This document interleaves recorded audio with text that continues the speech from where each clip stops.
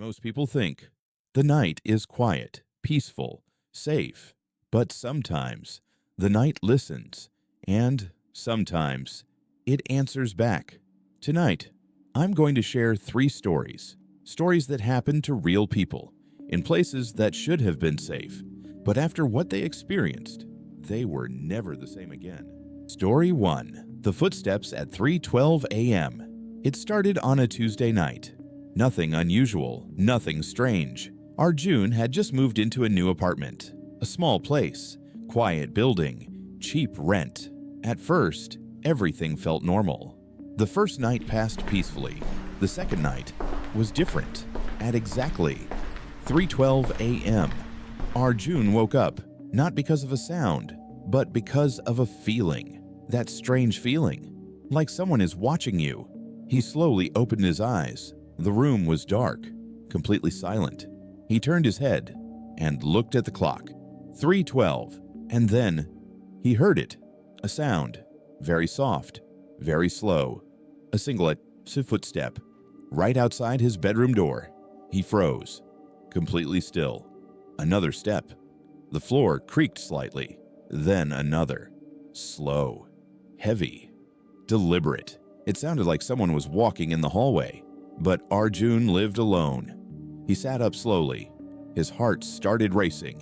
His breathing became shallow, trying to convince himself it was nothing, just the building settling, just imagination. But the footsteps continued. Step, step, step, until they stopped, right outside his door. Silence, complete silence. And then, a knock. Soft. 3 times. Tap, tap, tap. Arjun didn't move. He didn't breathe. He just stared at the door, waiting, listening. After a few seconds, the sound stopped. Nothing. The hallway went quiet again. The next morning, he checked everything. The door, the hallway, the locks.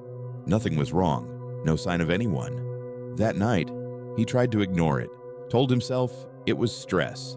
But at exactly 3:12 a.m., it happened again. The footsteps, the slow movement, the stop at the door, and then the knock. This time, he heard something else, a whisper, very faint, very close, from the other side of the door. It said, his name. Story 2. The Last Bus Ride.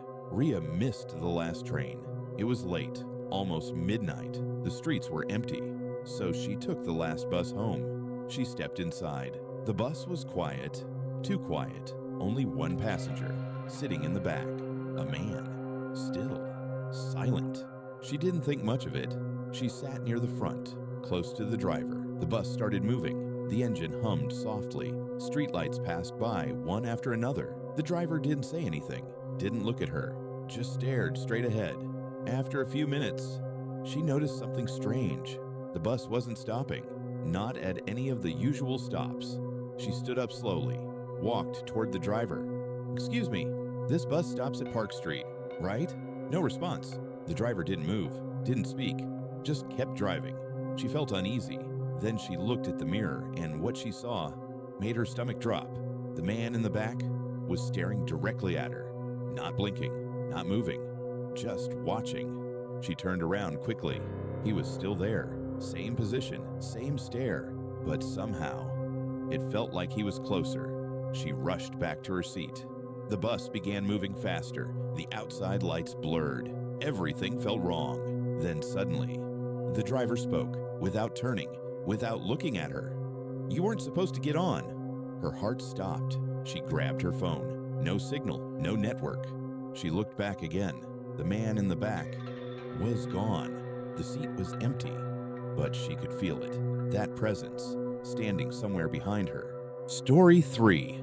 The camera in the room. Kabir bought a laptop, secondhand, cheap price, good condition. At least, that's what it looked like. The first few days were normal, nothing strange, nothing unusual, until one night, he noticed something, a tiny light, on the webcam. It turned on. He wasn't using it. He checked everything. No apps open, no video call, nothing. He ignored it, maybe a glitch. But the next night, It happened again. The light turned on for a few seconds, then off. This time, he covered the camera with tape just to be safe. The next morning, the tape was gone, removed cleanly, carefully, like someone had taken it off. His chest tightened. He lived alone. No one had entered his room. No one had access. He opened the laptop, and that's when he saw it. A folder that wasn't there before, named, recorded. His hands started shaking. Slowly, he clicked it. Inside were videos, dozens of them, each one labeled by date, by time. Every night, every moment he had been in his room, sleeping, working, sitting, watching. Someone had been watching him, recording him, for days. Then he opened the last file, the most recent one, and what he saw made him shut the laptop immediately because in that video, he wasn't alone. There was someone else standing behind him, watching. Some people think these are just stories, just imagination, but the people who experience them know the truth, because sometimes the scariest things aren't what you see. It's what's already there, waiting, watching, listening.